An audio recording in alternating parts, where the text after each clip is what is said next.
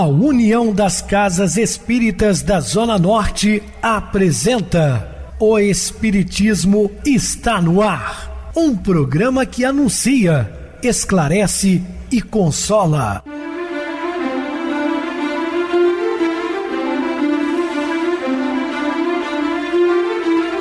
Não se turve vosso coração. Credes em Deus, credes também em mim. Na casa de meu pai há muitas moradas. Se assim não fora, eu vou-los teria dito, pois vou preparar-vos lugar.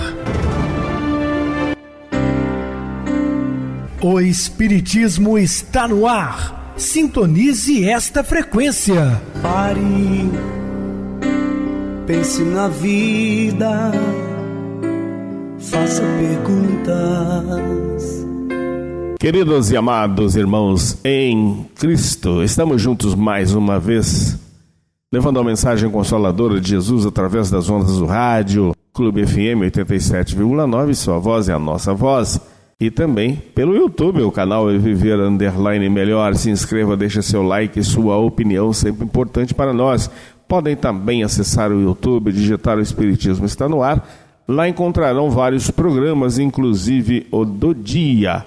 Recebo carinhosamente meu querido amigo espiritista, trabalhador da Casa Espírita Maria de Nazaré, Adilson Reis. Uma boa noite, seja muito bem-vindo. Boa noite, Pedrosa. Boa noite a você, ouvinte da Rádio Clube FM. Vamos a mais um programa, O Espiritismo está no ar. Estudar e aprender juntos. Que Jesus nos abençoe.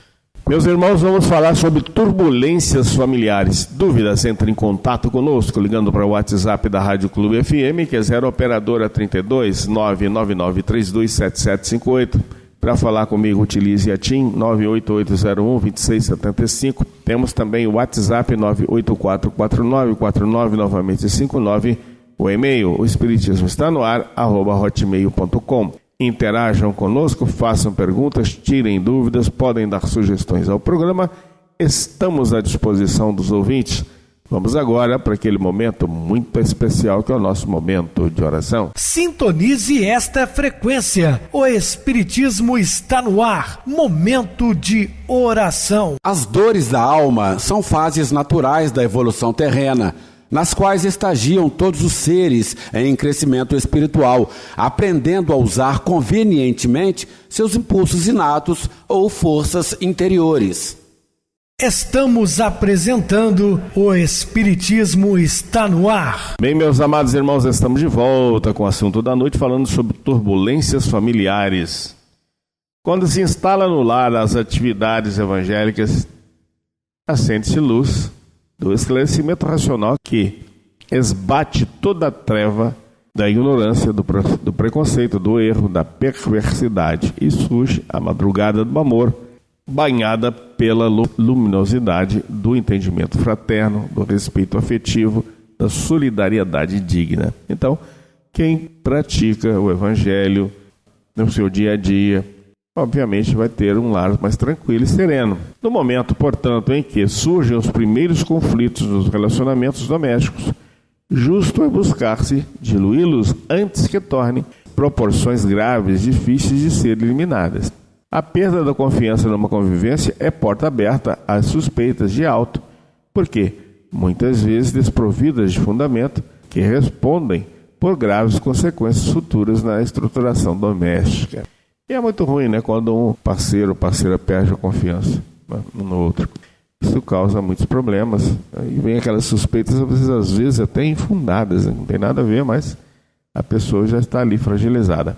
E com relação aos filhos, cabe aos pais, nos momentos do encontro de estudos evangélicos no lar, trazer à baila para análise as considerações e temas perturbadores, como o aborto, a eutanásia, a pena de morte, o suicídio, esclarecendo as mentes juvenis ao lado de outros crimes acobertados pela sociedade, quais o denominado como de colarinho branco, de desvios de valores públicos, de subtração de impostos e outras falhas morais que recebem aplauso de alguns enfermos emocionais como válidos. Enfermos emocionais é o que nós estamos vivendo hoje, infelizmente, aqui no nosso país, né? Pessoas usurpando a boa-fé, tirando o dinheiro público, a seu bel prazer, e tem aqueles que aplaudem, né? Concordam com toda essa lambança e tal. Só que as responsabilidades só aumentam e o espírito tem que devolver. Uma coisa que eu gosto sempre de falar, porque também serve para mim: não tire nada de ninguém, porque você vai ter que devolver. Se você não for devolver a pessoa, você vai devolver para a vida, porque o universo vai te cobrar. Não tenha dúvida. Não tenha dúvidas dessa questão. Tudo aquilo que não lhe pertence e que você usurpa na mão boba, usando um linguajar até chulo, mas é isso aí. Vai ter que pagar. A gente sempre gosta também de comentar que a semeadura é livre e a colheita é obrigatória. Vai colher o que plantou, mais cedo ou mais tarde. Então não queira tirar nada dos outros e não queira nada daquilo que não lhe pertence de fato.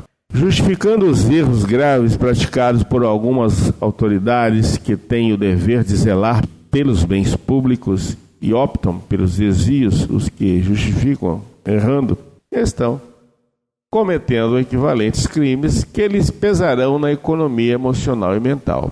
Também tem esse processo, né, do comportamento emocional e mental em desequilíbrio, em desalinho, que a mente fica perturbada. A consciência muitas vezes pesa em determinados momentos.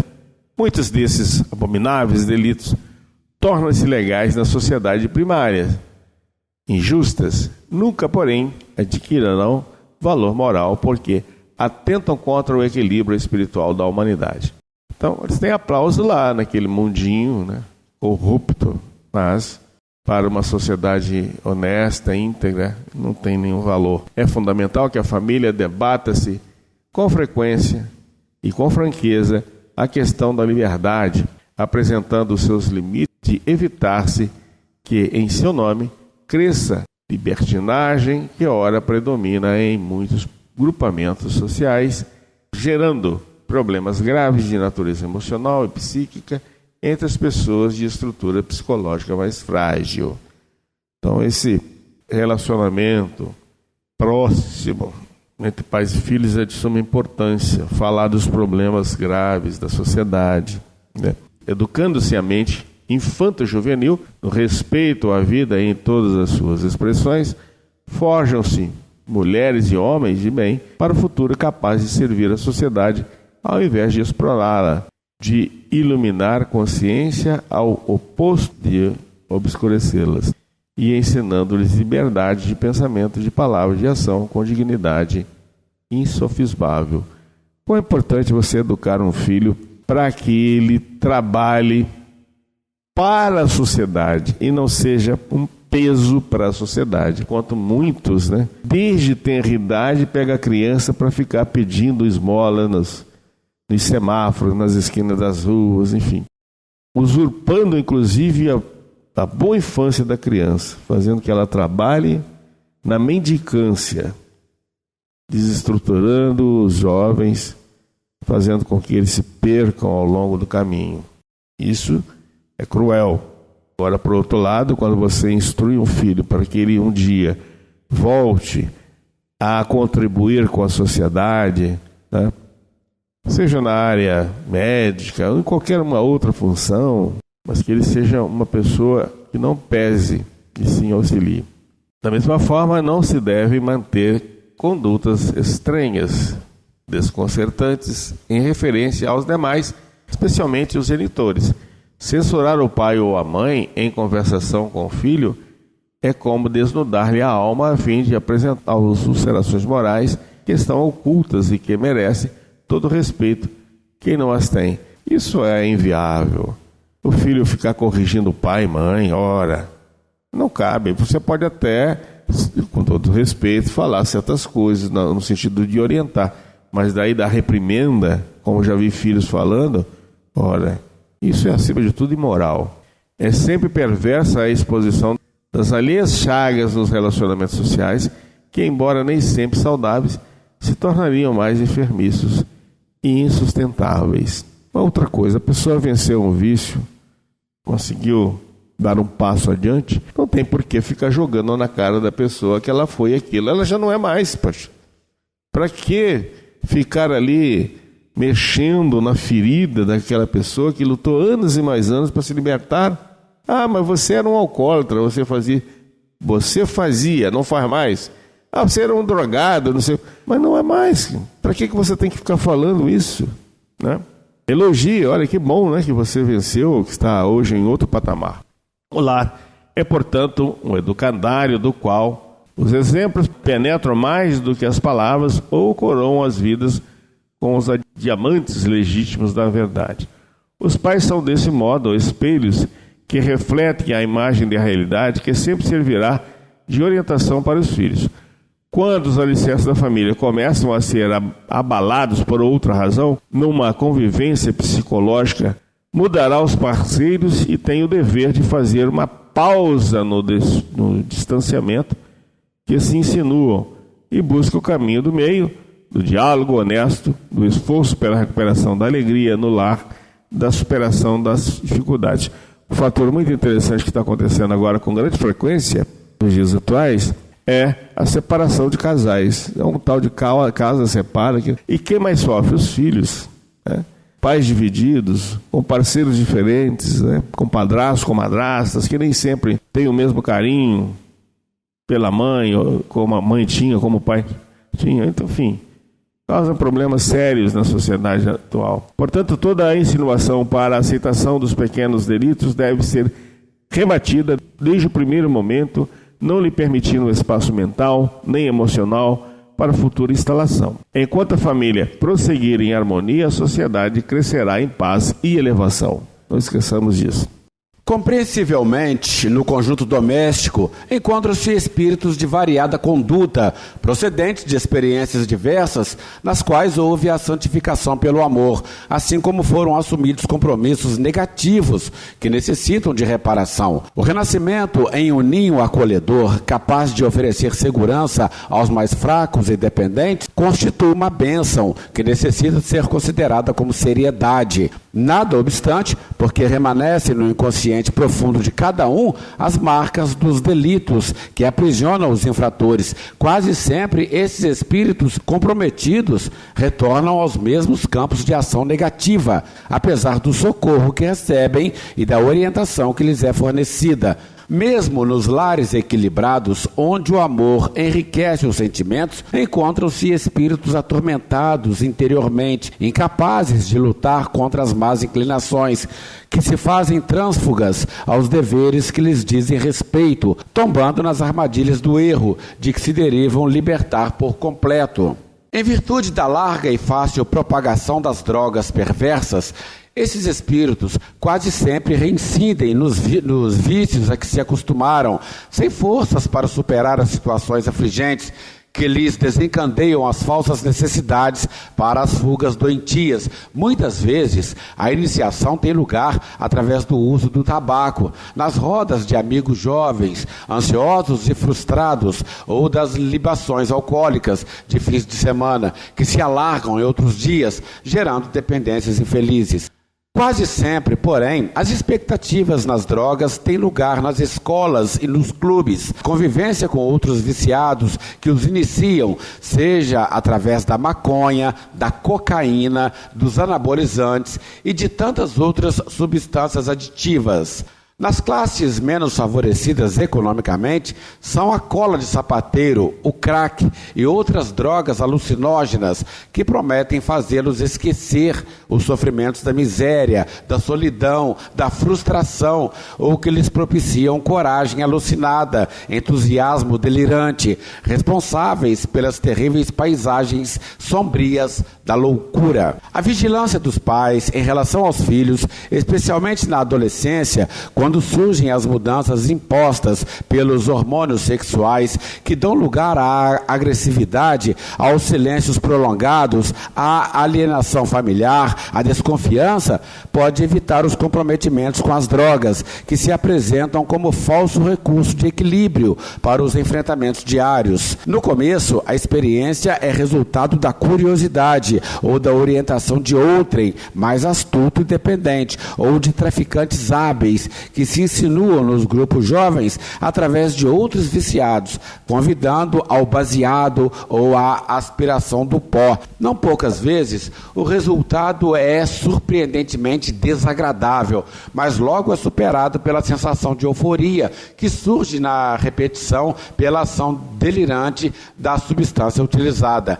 No que diz respeito às drogas injetáveis, a gravidade é muito maior, em razão das aplicações em grupos, que se utilizam de agulhas infectadas por várias doenças, especialmente pelo HIV, o temerário vírus da AIDS. Nas denominadas rodas de uso desse tipo de drogadição, a disseminação do flagelo cruel é fácil e irremediável, consumindo vidas que se estiolam nas suas garras terríveis. A observação dos pais às naturais mudanças de comportamento dos filhos no lar constatará o perigo do mergulho nos dédalos sombrios dos vícios de qualquer natureza, particularmente nas drogas químicas.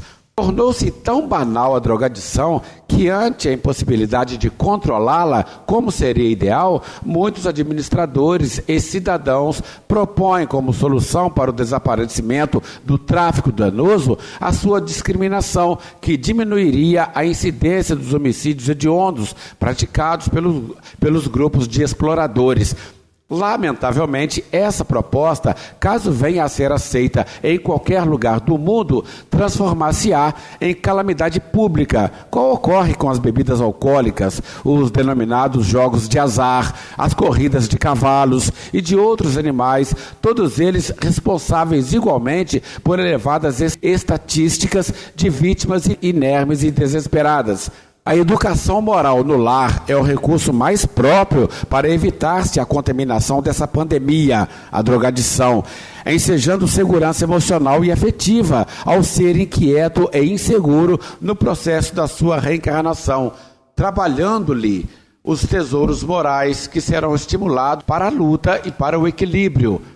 As conversações sinceras, sem rodeios e com clareza, referindo-se às ocorrências do cotidiano, sempre apresentadas as lições positivas de que se podem retirar, ensejam a manutenção da confiança dos filhos nos pais, que serão sempre consultados antes das atitudes infelizes, aconselhando-se ou que serão informados dos insucessos que os afligem desde o começo, no claro escuro das decisões. Enquanto viger esse espírito de equilíbrio e de consideração recíproca entre genitores e descendentes, muito mais fácil se tornará o entendimento diante dos problemas desafiadores, como dos enfrentamentos que se fazem indispensáveis para o amadurecimento psicológico dos educandos. Não será uma fiscalização defluente da desconfiança, da suspeita sem justificativa, mas um cuidadoso acompanhamento emocional e espiritual dos acontecimentos que afetam o grupo familiar, buscando-se sempre a solução da dificuldade, jamais a censura, a punição, a atitude puritana e superior, de que muitos pais se utilizam para mais aprofundar as distâncias emocionais que se fazem durante esse período delicado. Quando, no entanto, seja constatada a presença da insidiosa drogadição em algum dos membros da família, a postura dos pais deverá ser a de equilíbrio e não de espanto, de lucidez e não de autopunição ou de autocompaixão, mas se afeiçoando ao combalido e sustentando-o com a sua compreensão, trabalhando pela sua recuperação. Concomitantemente, vale a aplicação da bioenergia durante os estudos do Evangelho no lar, noutros elementos, e de acordo com a gravidade do problema, o atendimento psicológico, a fim de ser removido o fator propiciador da fuga emocional. Há espíritos muito comprometidos nessa área, alguns dos quais, em existência transata, optaram pelo suicídio como recurso de libertação, ora retornando com altas cargas de desequilíbrio e tendências depressivas funestas, recorrendo aos mesmos instrumentos que os infelicitaram antes.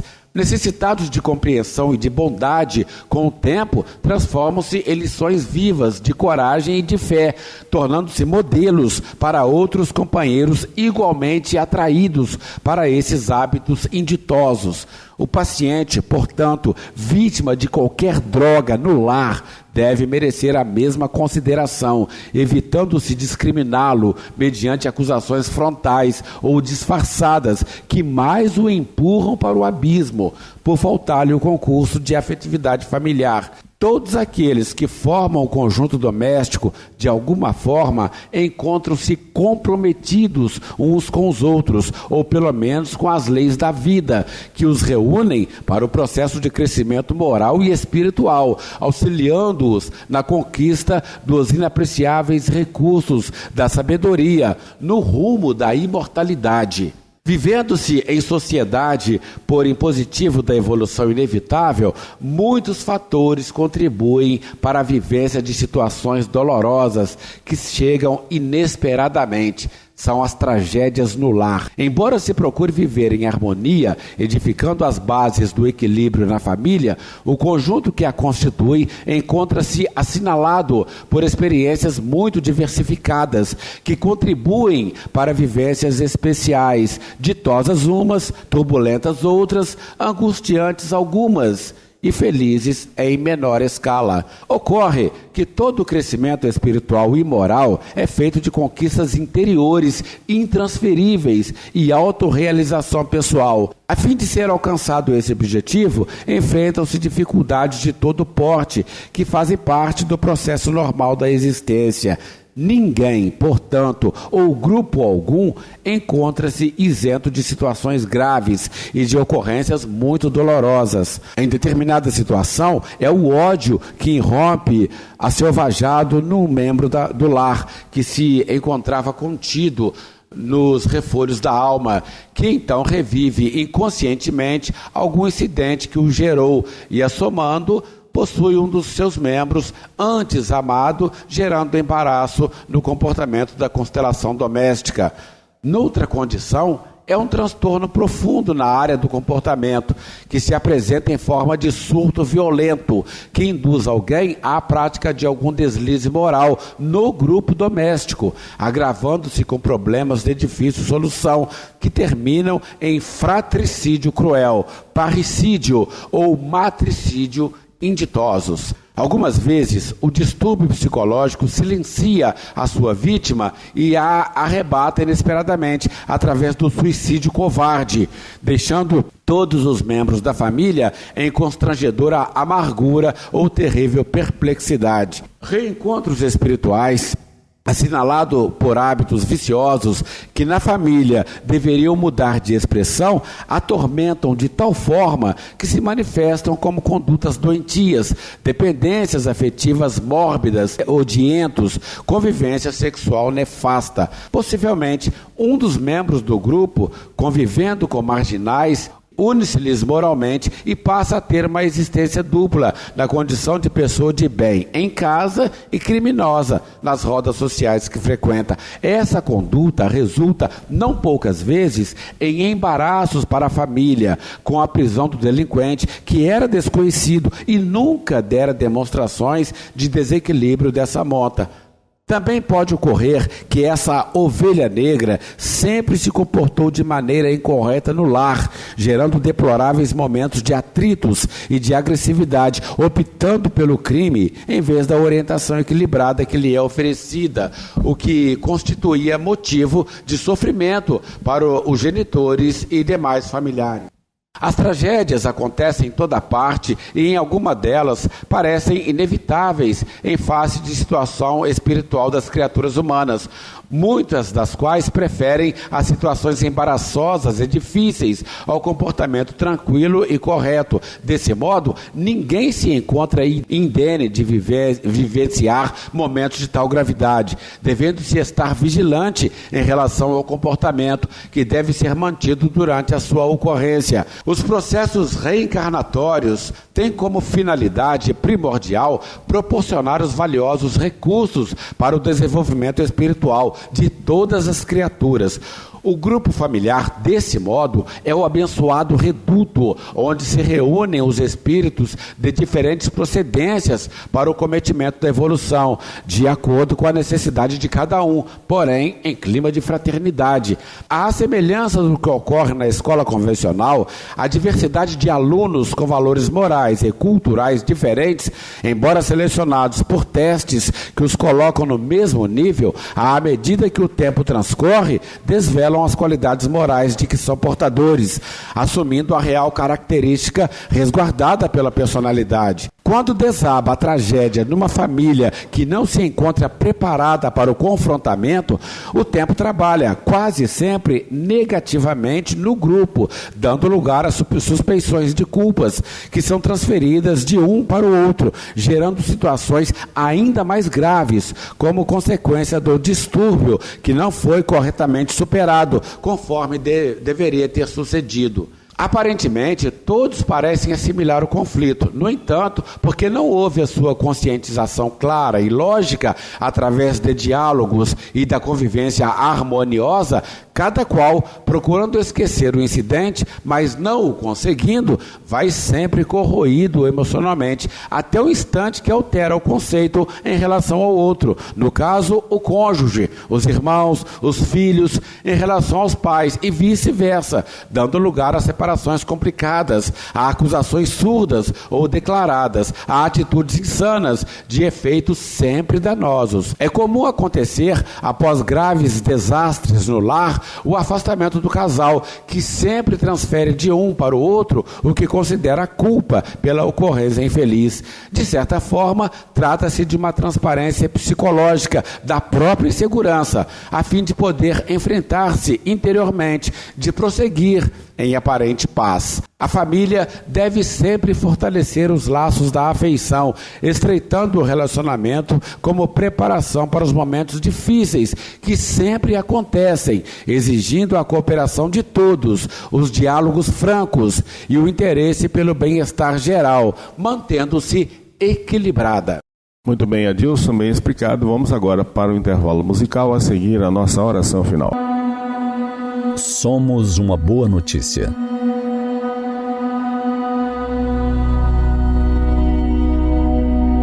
Todo dia 21 de março, 21/3, é celebrado o Dia Internacional da Síndrome de Down. A data que se escreve 21/3 ou 3/21 faz alusão a uma alteração genética do cromossomo 21 e é adotada pela Assembleia Geral das Nações Unidas. Cada ano, as associações e instituições ligadas a ela trabalham formas de conscientização, maneiras de trazer mais conhecimento para as pessoas a respeito do que é a síndrome. O objetivo maior é incluir, é evitar discriminação, mostrando que uma deficiência não nos define. Somos muito mais que isso. Curiosamente, esse trabalho precisa ser feito até com os pais, com esses que recebem na família um espírito com tais características. Uma campanha recente na Espanha mostrava uma linda moça com 30 anos de idade expressando-se com facilidade numa entrevista. Ao final do programa, o entrevistador pergunta que mensagem ela gostaria de deixar para as pessoas. Com um sorriso nos olhos e uma emoção indescritível, ela disse: "Se tem aí alguma mãe ou algum pai que está me escutando, gostaria de dizer que somos uma boa notícia. Não somos uma notícia ruim. Em especial, aos pais que escutam. Sei que é pesado, que é difícil, mas por medo, não fujam. Não deixem de acompanhar os filhos e sua esposa. Porque ter um filho com deficiência ou não, será sempre uma boa notícia." Ao final do relato, o entrevistador está em lágrimas, e ela também. Ela confessa: "Tenho um pai que não fugiu, que não nos abandonou. Esteve sempre junto com minha mãe. Agora tenho quase 30 anos, com 2 irmãs espetaculares, e somos uma linda família." A narrativa é comovente. O fato de ela destacar, ao final, a figura do pai, não foi por acaso. Pesquisas mostram que entre 60% a 70% dos homens abandonam as mães com filhos com deficiência. Duro de ouvir, duro de entender, mas é uma realidade que necessita ser mudada. Como disse tão bem a jovem, ainda há o medo de não saber como lidar, a frustração, a ignorância e, em muitos casos, a covardia, pois a responsabilidade toda permanece com a companheira. Ficamos com a mensagem dela, tão cheia de esperança, a dizer a todos esses pais: somos uma boa notícia. Todo filho é uma boa notícia, não importa como chegue e quem seja. Toda oportunidade de reencarnação é uma boa nova, uma nova chance, um novo plano. E quando somos escolhidos como pais, que nos sintamos honrados, não impotentes. De início, nos sentiremos inexperientes, fracos e cheios de inseguranças, o que é bastante natural. Tempo ao tempo, tenhamos fé, peçamos ajuda na oração diária e confiemos que o Pai Maior não nos abandona. No caso dos filhos com deficiência, ele tem plena consciência de que precisamos de atenção especial na condição de pais e estará sempre presente. Nos momentos mais angustiantes, lembremos do nosso amigo Jesus, que nos estende a mão sempre que necessário. Venham a mim, todos vós que estáis cansados e sobrecarregados, e eu vos darei descanso.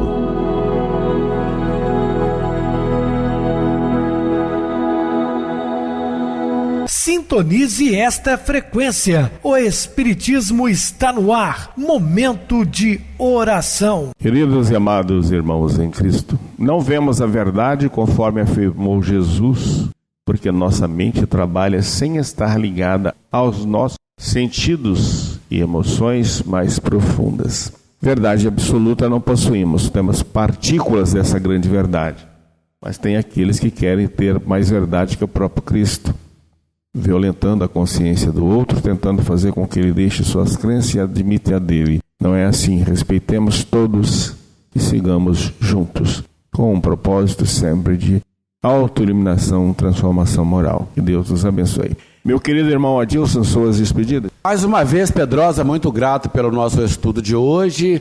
Estaremos juntos novamente em outras oportunidades com as bênçãos de Jesus. Obrigado a todos pela companhia, tenham todos uma boa noite, muita paz, que Jesus nos abençoe. Boa noite para você, Adilson, muito obrigado pelo apoio aqui no programa. Boa noite também a todos os amados irmãos ouvintes do YouTube, internautas do Brasil e do exterior, nossos irmãos da Zona Norte e de Juiz de Fora que nos acompanham com a rádio local 87,9, Rádio Clube FM. Continue ligados ouvindo a nossa próxima atração, o programa Batidão com o DJ Tico. A seguir na voz de Ailton Moreno, o Encontro Central. Boa noite a todos e até amanhã, se Deus quiser.